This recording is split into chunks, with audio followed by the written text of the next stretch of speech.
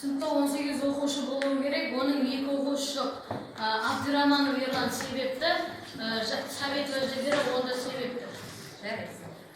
Ақпанның 12-сі, бүгін күн қандай ауа райы? Жылы ма? Суық па? Суық. Жерде не бар? Қар бар. Қыс мезгілі екендігі белгілі болып тұр, иә? Жарайсыңдар. Көңіл күйлері қандай сабаққа дейін? Жақсы. Жақсы ма? Жарайды.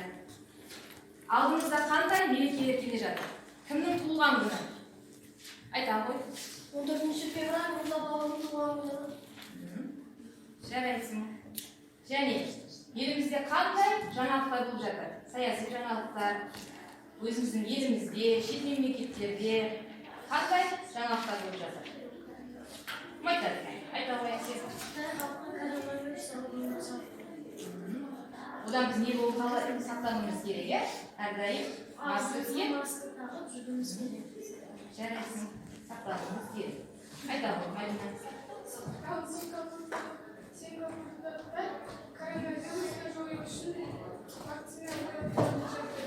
Қазіргі кезде балалардың бағасы 18-20 аралығында мөлшері қазір жеткілікті. Себебі коронавирус көбінесе балалар арқылы таралуы мүмкін. Біз сақтануымыз керек, әрдайым маска киіп, грипптен сақтануымыз керек. Жарайсың. Біз өз президентіміз Шавкат Мированович Мирзиёев сіздерге жастарға білім алу, кітапты көбірек оқуды талап етіп жатыр, біздерден. Көбінесе 19 ақпан күні қандай мереке өткізеді? Кітапсүйер кітапты сендерді көбірек оқуға, балалармен кітапханадан көбірек әдеби кітаптар оқыңдар. Және осы қыстың ақырғы айы, енді осы айдан кейін жадырап көктем келеді. 8 наурыз әйел қыздар мерекесі халықаралық. Одан кейін 21 наурыз Қазақ елінің жаңа жылы мерекесі. Жақсы. Жарайсыңдар. Енді үйге қандай тапсырма берді? Назиркетті. Бердібек Соқпаевтың өмір баянын оқып келу. Бердібек Соқпаевтың өмірімен шығармашылығын оқып келуге. Жақсы, жарайсыңдар. Енді сендер 2 топқа бөліп аламын. Алғырлар тобы, бірінші, екінші атқырлар тобы. Екі жақтың қайсы топ үй тапсырмасына да, сынып жұмысына да жақсы қатысса, сол топ жеңіске жетеді. Бірақ жеңілген топ ешқандай өкпе қақпа болмайды, ешқандай өкпелемейміз. Бұл қайсы топ жақсы қатысып, енді білімдеріңді сынайсыңдар, иә? Жарайсыңдар. Кәне, біздер толық бәрінен сұрап отырмаймын. Мен сендерге тапсырма бергенмін. Бердібек Соқпаев туралы мәліметтер жинап келесіңдер және кітаптан да оқып, иә? Мына партада, екінші партада оқып айтып кете бересіңдер. Иә? Тұрып айтып кете бересіңдер. Қайсының жақсы мәліметтер тауып келген болсаңдар, жақсы бағаланып кете бересіңдер. Мен сендерді бүгін жаңа тақырыбымыз менің атым Қожадағы басты кейіпкермен бағалап кете беремін сендерді. Ал, бастаймыз. Кімнен бастаймыз? Бірінші басқа? Бердібек Соқпаев 1924 жылы Алматы облысы Нарынкөл қаласы ауданында дүниеге келген.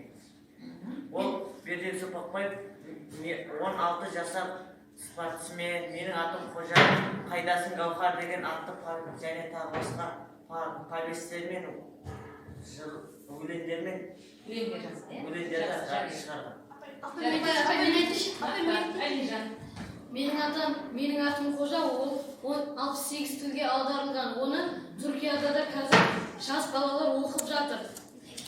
Ол Бердібек Соқпаев, ол өзім туралы повесть, 16 жасар чемпион, өлгендер қайтып келмейді, балалық шаққа саяхат, қайдасың Гаухар атты повестері мен өлең жинақтары бар.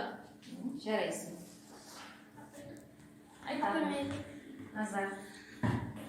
Менің атым Қожа фильмі 1967 жылы шығарылған, және ол Менің атым Қожа фильмі және хикаялары 68 тілге аударылған.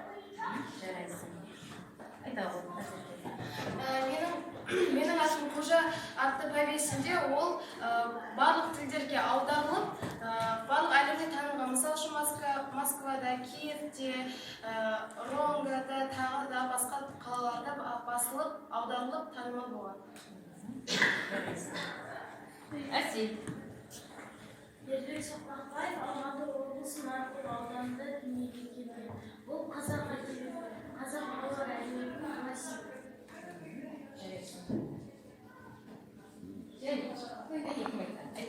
Бердібек Соқпақбаевтың «Менің атым Қожа» романы қазіргі күнде Стамбул қаласындағы бір әйел өзі өзінің үйіндегі балаларына өзінің тіліне аударып беріп, оны оқытып жатыр. Стамбул қаласында осы «Менің атым Қожаны» түрік тіліне аударып, түрік халқына, оқырмандарына, балаларына не қылды? Оқытып жатыр, қазіргі кезде. Жарайсың. Және бар ма? Марина. Менің атым Қожа повесі 1967 жылы Канн фестивалінде жүлдегері болды. Бердібек Соқпақбаев қыруар әдеби деген мұра қалдырған. Жарайсың. Және? Сенде бар ма? Бердібек Соқпақбаев балдырған және Жұлдызым деген газеттерде жұмыс істеген. Жарайсың. Тағы бар ма? Айта ғой, Марина. Бердібек Соқпақбаев 8 жасында өзінің анасынан айырылып, және оның ағасы өзінің туған ағасы сатылған, оны білімге деген құштарлығын өткізеді.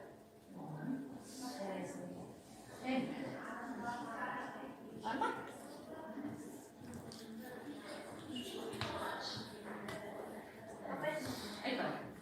Бердібек Соқпақбаев өте классик ақын болған, және ол көп өлеңдерін және хикаяларын балаларға арнаған. Ол Менің атым Қожаны түсірген кезде ол өзін кейіпкер еткендей қылып сипаттаған. Қожа өзінің ақымақ қылықтарымен, күлдіргі түстерімен қызықтыратын болған. Ол көбінесе жантаспен келіспей қалып, сол екеуі жақтасып жүре берген. Oldu mu? Қатыспайсыңдар ма? Нұрбек, Думан. Бар ма Думан? Бар ма енді мәліметтер? Көп мәліметтер жинап келген емессіңдер, бүгін. Жарайсыңдар. Жақсы қатысқан оқушылар, жарайсыңдар, бірақ қатыспай отырған оқушыларды және қатысамыз, бүгінгі жаңа тақырыпқа. Міне бүгін оқушылар, бүгін Бердібек Соқпақбаевтың өмір мен шығармаларын ашып алдық, оның қай жерде туғандығы, оның шығармашылығы, қай жерде медаль алғандығы барлығын айтып бердіңдер. Енді осы Бердібек Соқпақбаевтың бүгінгі тақырыбымыз «Менің атым Қожа». Білесіңдер, «Менің атым Қожаны» бұл осы Бердібек Соқпақбаевтың өзінің өмірінен алынған екен. Мен ешқандай да өтірік араластырмаймын, тек қана бар болған нәрсені жаздым. Бұл «Менің атым Қожа» пьесасы тек менің өзімнің басына өткен барлық оқиғаларды тек қана шындықты ғана жаздым дейді. Бұл Бердібек Соқпақбаевтың өзінен «Менің атым Қожадағы Қожа» басты кейіпкер ретінде басты рөлде ойнады. Оның кинолары да бар, киносы 1963 жылы кино болып экранға басылып шықты. Осы «Менің атым Қожаны» мен айтпасам да сендер өзі әр жылына 3-4 рет кинолардан көресіңдер. Енді осы «Менің атым Қожа» жайлы кім қандай түсінікке ие? Кім айтады? Әсел.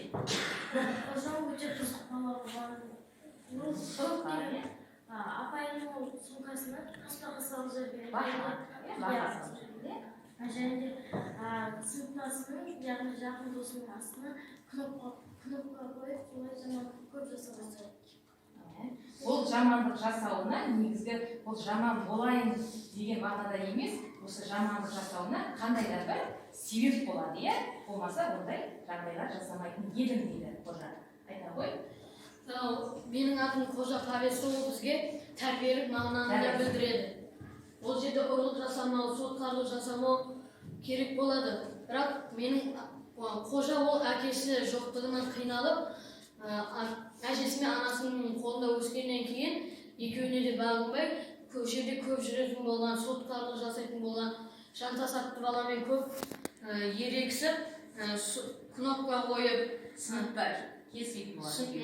бетіне сия атып, бірақ екеуі де бір қыз жақсы көретін болған, оның есімі Жанар. Және киноны жаттап аламыз ғой, әр жылы көбінесе наурыз айларында, 21 наурыз айларында көбінесе осы киноны қайта-қайта әр эфирді ашып, телеарналарда көріп жатамыз, иә? Және айта ғой. Менің атым Қожада. Қожа негізі оның аты шын есімі Қожа берген болатын, бірақ оны барлығы да Қожа деп атап кеткен. Жарайсың. Және Назерке айта ғой. Қожа өзінің есімінен қатты ұялатын, яғни ол яғни айнаға қарап тұрып өзіне түріне, өзінің келбетіне өзі көңілі толмайтын еді. Ол басқа адамдардың есімі сияқты өзінің атын да солай қойғысы келген еді, бірақ оның амалсыздан аты Қожа болды. Оны сыныптастары аты Қожа болған соң, оны ақымақ бұзақылығына қарап есеп Қожа деп мазақтайтын болған. Қара Қожа, қара көжең деп атап кетті. Иә. Жарайсың. Қатыспай отырған оқушылар Думан, Нұрбек, Жамбыл қатысайық сабаққа. Айтып осындай. Мәліметтер жинап келеміз, киноны көп көреміз. Бұл киноны біз жаттап алғанбыз. Мен айтпасам, мен айтып өтемін, бірақ мен айтпасам да сендер бұл киноны тереңдеп біліп алғансыңдар, иә? Және қатысамыз оқушылар. Айта ғой. Байдебек Соқпаев бұл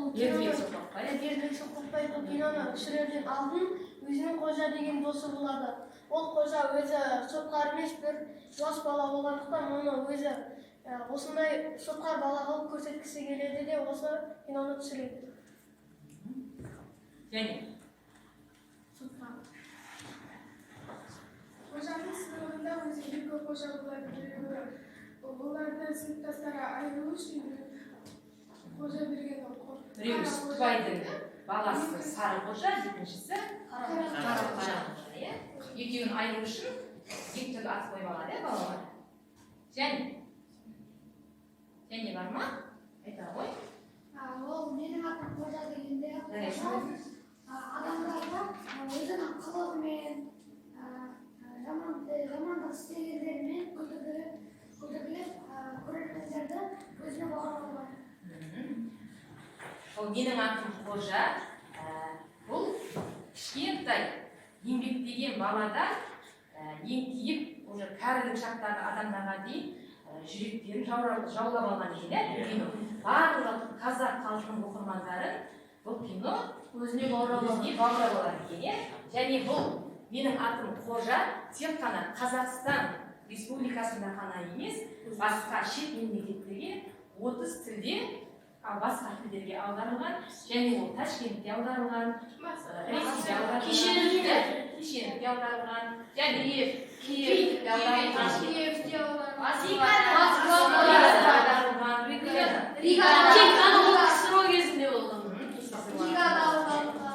жақсы 30 тілге аударылған келе, басқа Түркия елінде де бұл менің атым Қожаның суреті бетіне көрсетіліп, және сол түркі тілінде түрік балдарының оқырмандарға берілген екен. Ұсынған. Түрік балдары сендер ұқсап, оқып, осы Қожаның қандай бала болғандығын, жақсы жағын, жаман жағын барлығын оқып үйреніп жатыр, басқа шет мемлекеттерде. Жарайсыңдар. Және де көп мәліметтерің бар екен, иә? Енді видео көрейік балалар. Видео. жаз. Ертеңнен бастап тентек болып бірде-бір баламен төбелеспейміз. Бұл бала не себептен сотқа атанды? Өстейсіз, онда қой де. Әйтпесе, көкеңді танытам де. Ал енді сойылсыншы. Атақты жазушы Бердібек Соқпақбаев шығармасының құдіреті неде? Егер бұл мәселе осымен екінші мәселе. Жаңа сөздер айтпайсың. Сайтан, еспас, кеші, ақмақсың. Жалмауыз, өртенкіт, еңнен Еңбектеген баладан еңкейген қаққа дейін сүйсіне көретін қазақ киносының шынары Абдолла Қазақбаевтың «Менің атым Қожа» фильмі.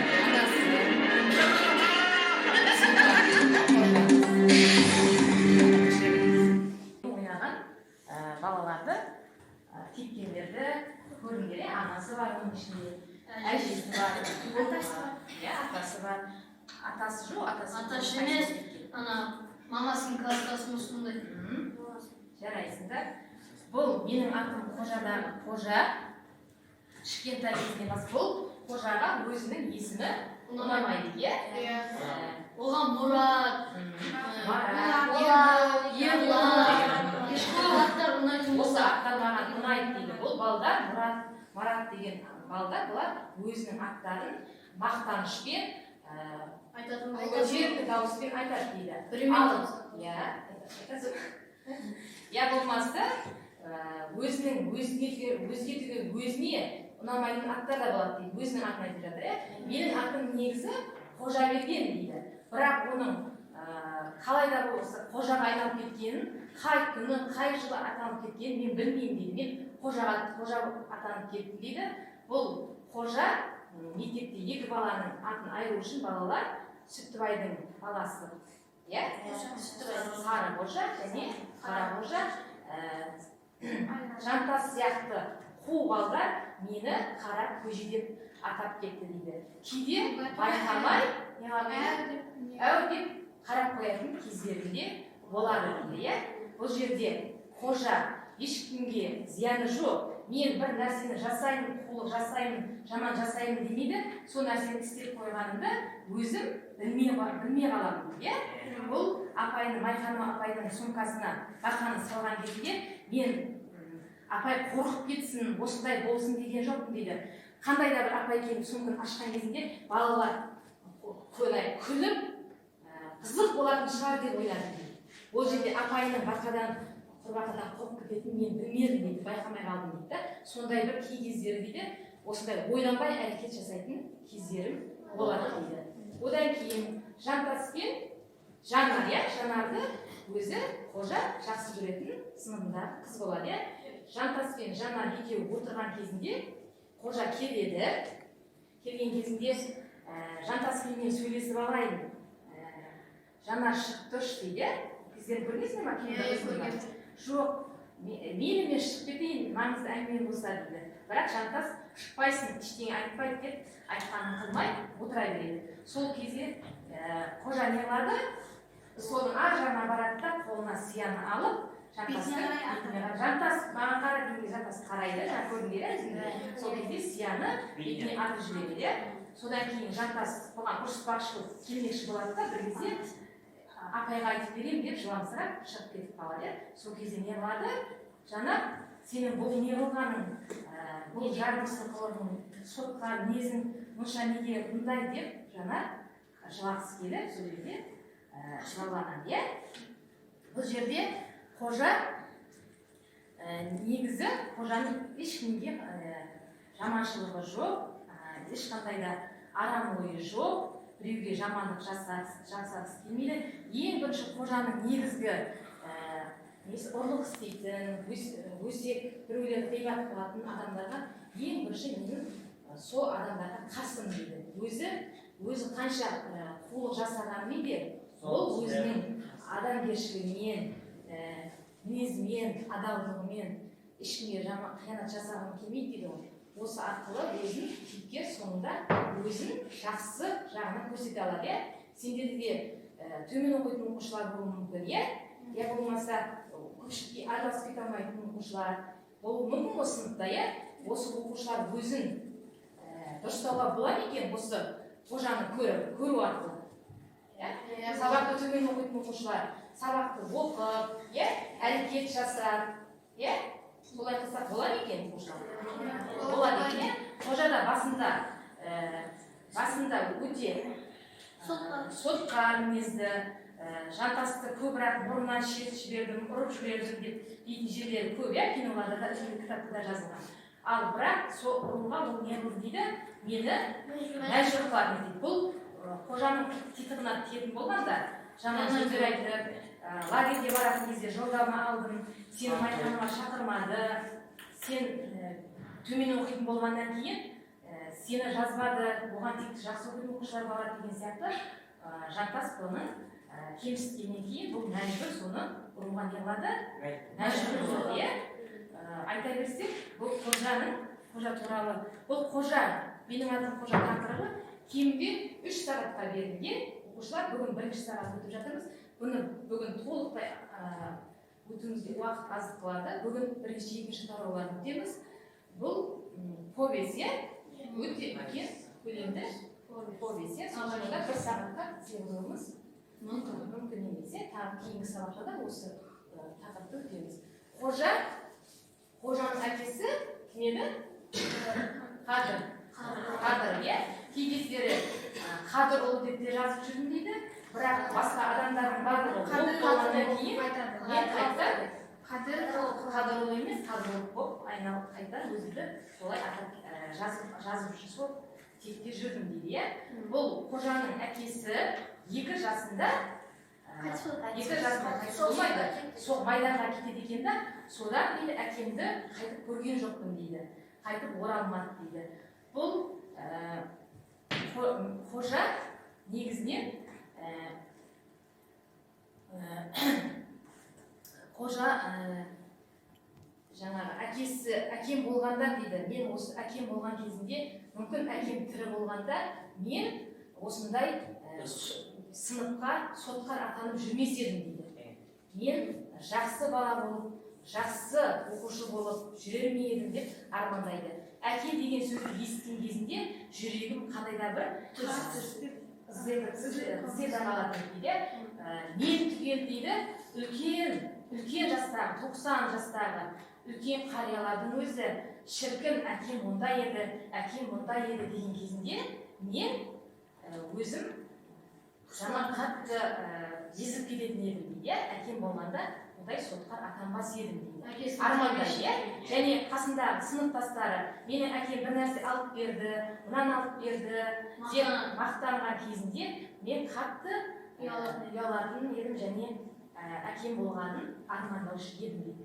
Бұл майданға кеткен кезінде әкесі бұл 2 жаста ғана бала екен. Әкесінің жүзін танып та қалмайды ол уақытта. Көрбатсыздар, түсіндіртер батыздар, үйден де ізденіп келіңдер деді. Осы менің атым қожа туралы кішкене көрініс қойып бере аласыңдар ма? Кішкене үзінді. Кім қай?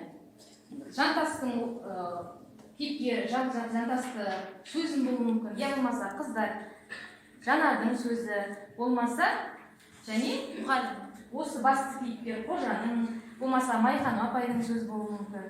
Қандай да үзінді, кішкене. Кім қай? Әне болды? Көрейік қаншалықты түсіндірдіңіздер. Сөзін айтсаңдар да болады, кетіріп. Сендердің қандай да актер шеберліктерін көрейік. Сөзін айтсаңдар да болады. Дайындалып аламыз. Қатыспай отқан оқушылар Нұрбек, Думан, Айкен қатыспадың бұл сабаққа. Ильяс, Ернұр. Мінезіне берсеңдер де болады. Мынау, мысалы, қожа мынандай деген. Және мына партада 4 оқушы қожаны мына аяғына жазыңдар. Ашып береміз, кәне. Бір оқушыдан келіп жазып кете бермейді. Қолдарынан қойғанмын. Мына жерге 4 оқушы келді. Сендерді 4 келді. Қожа кім? Қандай бала? Шуламаймыз. Тек қана бір оқушыдан келіп жазып кете береміз. Қожаның кім екендігін ашамыз. Қандай бала болғанын.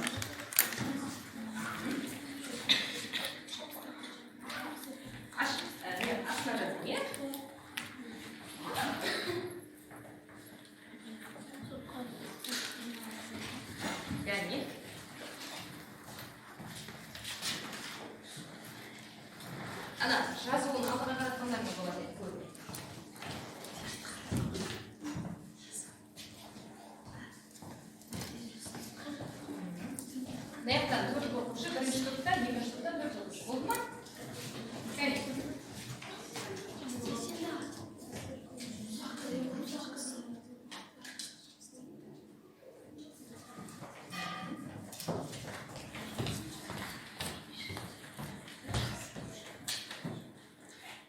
Жарайсың. Кәне көрейін бе? Қожа соткар бала, қожа өте бұзық бала дейді. Қара қожа қиялы бұзық бала дейді. Соткар жақшар жазады бағалдар. Қу дейді, қу емес қой бұл. Қу кім еді? Жантас.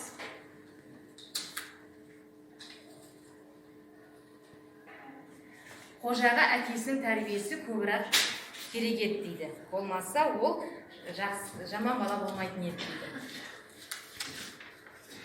Қожа жақсы бала болғанымен соткар болуына мәжбүр дейді. Жаңа айттық, иә? Ол соткар жаман қылық жасауына мәжбүр еді дейді.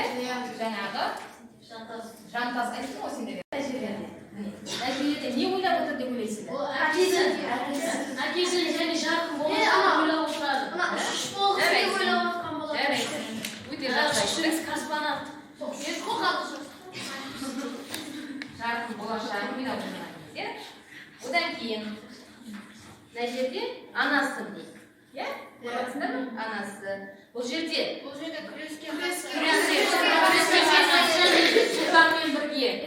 Сұлтанмен бірге Киіз бала. Біреуіміз айтайықшы бір. Осы жерде, тек қана осы кездегін айтамын. Нәтижесі. Күрес, ол екеуі тойға барады, сол кезде келесі болады. Қазір екеуміз күреске жатамыз. Мен өтірік құлағандай боламын деп сен мені құлатқан кезде мен жеңдім десең, кейін төреші бізге ақшаны беріп, екеуміз бөлісіп аламыз дейді. Кейін бір әйел, мамасы әйелдердің қасына отырған кезде бір әйел айтады. Айжан, анау сенің балаң қожа емес пе дейді. Сосын ақсақал айтады, мына балаңды дұрыстап жөндеп тәрбиелемейсің бе дейді. Әкесінің жоқтығынан қиналып жүр дейді. Соған сен көңіл бөлмейсің бе дейді. Ақсақал. Анасы ұялып қалады. Және баласын қорғаштап тұрады. Сонда да анасы баласын қорғаштайды, иә? Жақсы, жарайсың. Және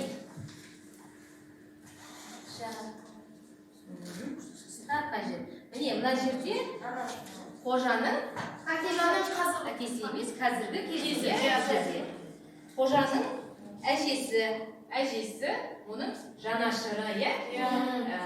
Тамағын дайындап, шайын беріп, қожа кей кездерде ұйықтап қалатын кездерде болған, иә? Ол ұйықтап қалады, әжесі тамақ істейді. Сосын қожа асық тамақты жеп, тамақ ісі болады. Сосын күйдір болады. Сосын әжесіне айтады, аузым күйді дейді. Сосын айран береді. Асығып шығып мектебіне жүріп барады. Киімі алып жылым ертер шығып кетеді, кейін галстуғы қисайып, апыр-тұпыр не барды класына неге асығып жүріп баратсың, неге кеш келдің дейді. Сосын жүгіріп кіріп кетеді, апай сосын сыртқа шығарып жібереді, кіргізбейді. Сабаққа кеш келген үшін бе? Шығарып жібереді. Жарайсың, отырамын. Және мына жері лагерьге кетейін деп тұрған кез ме? Қай кезі мына? Дүкеннен кітап алып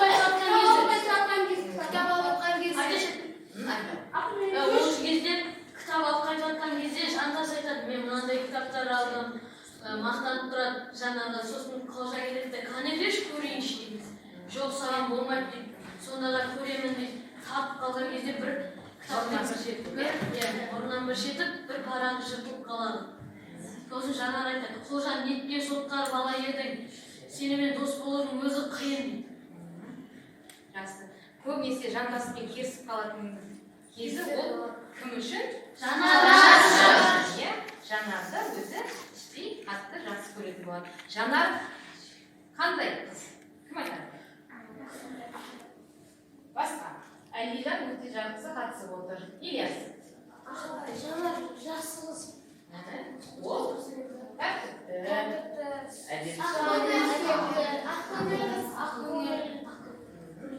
жақсы отыра ғой. Жарайсың.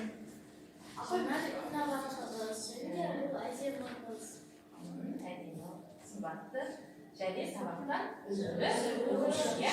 Сондықтан да осы қожа не қылатын болған жақсы көретін болған, иә? Ол көбінесе жантаспен сол үшін оның жантасты ұратын соғатын себебі осы көбінесе жантаспен бірге жүретін болған. Кітап оқуға бірге көлге барады, бірге бір сыныпта оқығаннан кейін. Бірақ қожа соны не қылады? Қызғанып кекетірістік басталады. Жақсы. Кәне, қатыспай отырған оқушылар, не түсіндіңдер кәне? Бүгінгі тақырыбымызды. Нұрбек, бүгінгі сөйлемедің ғой. Тұршы кәне. Қожа кім? Өзің айтшы кәне. Қожа ол әдетті бала. Әдетті бала? Басында қандай болады? Соткар бала болады, иә? Ол соткар болуына не себеп болады? Айтып жатыр ма? Әкесі жоқ болады. Әкесі жоқ болғанша тәртіпсіз болады. Соткар болады. Әкем болғанда мүмкін соткар. Әке тәрбиесін көрмеген. Жақсы. Бұл ма? Қара, саған бір сұрақ берейін, иә? Қожа қандай кейіпкер? Жантас қандай? Екеуіне қысқаша мінездеме берші. Жантас жағымсыз. Қожа негізі қандай кейіпкер? Жақсы. Негізі жақсы бала болған, иә? Өзінің кемшіліктерін ол жақсы, тағы бар айтатын? Отыра ғой. Ол жақсы айтады. Жантас пен қожаның айырмашылығы арасында өте көп айырмашылық бар. Өйткені жантас қанша қожамен алысқанымен ол сыныпта бірінші оқушы болған. Бірінші оқушы болған ба? Жантас болған. Соткар өзі қожа әдейі соткар болмаған, өзінің әкесі жоқ болған үшін, әкесінің тәрбиесін көрмеген үшін, әжесі мен анасының тәрбиесі, иә? Жақсы. Негізі, сондай қулық жасайтын кездерде болар екен, иә? Ол жағымды емес, өте жаман. Көбінесе қарап отырсаңдар, осы қожаға көбінесе өзі бірінші сөз артып, өзіне келісті, ол өзі бірінші сөз ататын болған, өзі жаман сөз. Болмаса қожа оған ішіне тиіспейді. Мені осындай жаман болуыма осы көбінесе сондай шағып сөйлейтін кездері дейді. Енді қараңдар балдар. Сендерге бүгінгі сабақты пысықтау үшін сұрақтар беремін. Сендерге бірінші, одан кейін сендерге, сендерге бірінші жауап беріп кетемін, қолдарын көтеріп тұрып. Бірінші, менің атым Қожа повесінің алғашқы аты қандай? Алғашқы қандай атпен жарық көрді? Айтамын. Қожа. Қожа ма? Хикая үзінді деген бар. Мен басында айтып кеттім ғой сендерге. Кім өзін осы қожа арқылы көрсетіп берді? Айттым ғой. Бердібек Соқпақбай. Өте жақсы. Мен дейді қожа арқылы өзімді ешқандай қосымшасыз өзім бар нәрсені ғана жаздым, иә? Осы қожа арқылы. Екінші, қожаның шын аты кім? Қожа берді.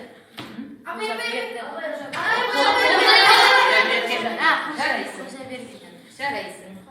Қазір санайсыңдар, қайсы екі топтың қаршықшылары көп болса, сол топ жеңіске жетеді. Үшінші, Жанардың фамилиясы дейді. Балабекі бар, Майханы бар, ал. Балабекі бар. Өте жақсы. Майханы бар, Түбі адам болатын бала деген пікірді кім айтты? Директор. Сұлтан Майханова. Майханы. Негізі түбі адам болатын бала деп айтқанын естігеннен кейін қожа өзі сондай бір тоқтамға келеді. Мен жақсы адам болайын, өзін түзеуге әрекет жасады. Осы апайының пікірінен кейін түбі адам болатын бала деп майқаны бар. Иә? Одан кейін ағаттық азабы бөлімінде не туралы айтылған? Ағаттық азабы. Орыс тіл сабағына дайындалу керектігі, тәртіптің, педагогтық кеңестіктің қаралуы, мұғалімнің сөмкесіне бақа салуы, қайсысы? Лагерьге жолдама үшін мұғалімге ренжуі дейді. Тәртіптің жолы. Тәртіпке байланысты ма сол жаңа? Тәртіпке байланысты. Тәртіпке байланысты. Білесіңдер ме? Қайсысы? Лагерьге бармау ма? Лагерьге жолдама алу үшін апай берген ескені. Болды. Сендер айттыңдар ма? Апай, біздер айтып Жарайсың. Алдарында тұрсын. Енді сендер. Бас кейіпкердің толық аты кім? Қожа берген. Қара қожа атты баланы оқитын сыныбын, жасын, бойын көрсетіңіз дейді. Білесіздер ме бұны? Оны білмейсіздер, айтыңызшы. Апай мен 5-ші сынып болған. 5-ші сыныптың өзінің уақытта 12 жаста болған кезде, жасы 39 екен. Міне жауап берді, иә? Қазір келеміз.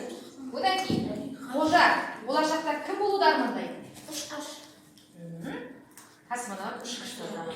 Жақсы. Қожа бегімге не себепті пионер лагеріне жолдама берілмейді? Айтамын.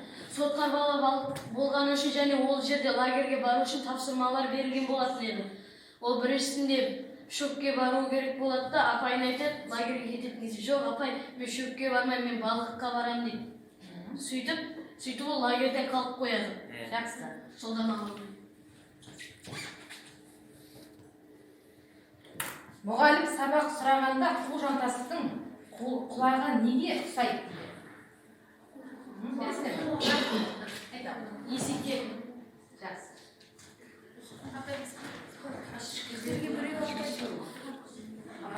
Кімдерге берілмей қалды? Біздерге көп берілу керек. Көп берілу керек. Міне бәрін айтты. Ал, берді бәрі. Ал. Жеңілсе де жақсы қатысқан оқушылар 16. 15. Апай берілмей қалды жаңа. Бердім.